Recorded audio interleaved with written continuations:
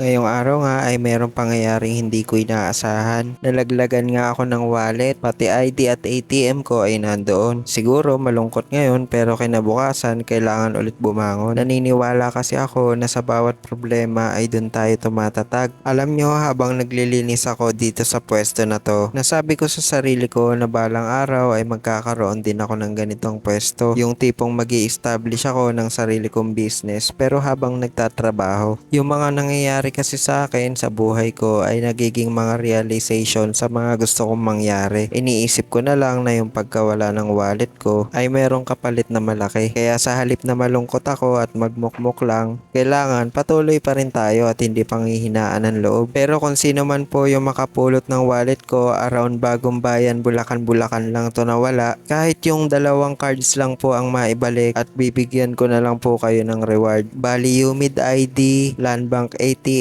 at cash ang laman po ng wallet na itim. Pero gaya nga po ng sabi ko, kung maibabalik po sana kahit yung 2 cards lang. Alam ko naman na kasalanan ko din kung bakit nawala, pero sana po sa makakakuha ay maibalik po. Alam ko naman na bawat isa sa atin ay may mga pagsubok na pinagdadaanan, pero maniwala lang tayo na darating yung araw ay malalampasan din natin ang lahat. Sabi nga nila, kaya tayo binibigyan ng problema dahil alam ng nasa itaas na matatag tayo. At sa mga oras nga nito ay 2% na lang ang battery percentage ng cellphone ko. Kaya naman hindi ko na na-videohan ang sobrang ganda ng pwesto. Kaya para sa lahat ng mga pinanghihinaan ng loob, laban lang tayo. Dahil hindi lang naman sa isang pangyayari titigil ang mundo natin. Habang tumatagal ay mas marami tayong pagsubok na pagdaraanan. Basta magpatuloy ka lang sa ginagawa mo, trust the process at makikita mo rin na nagbubunga na pala lahat ng pagsusumikap mo. So yun lang guys, bye bye!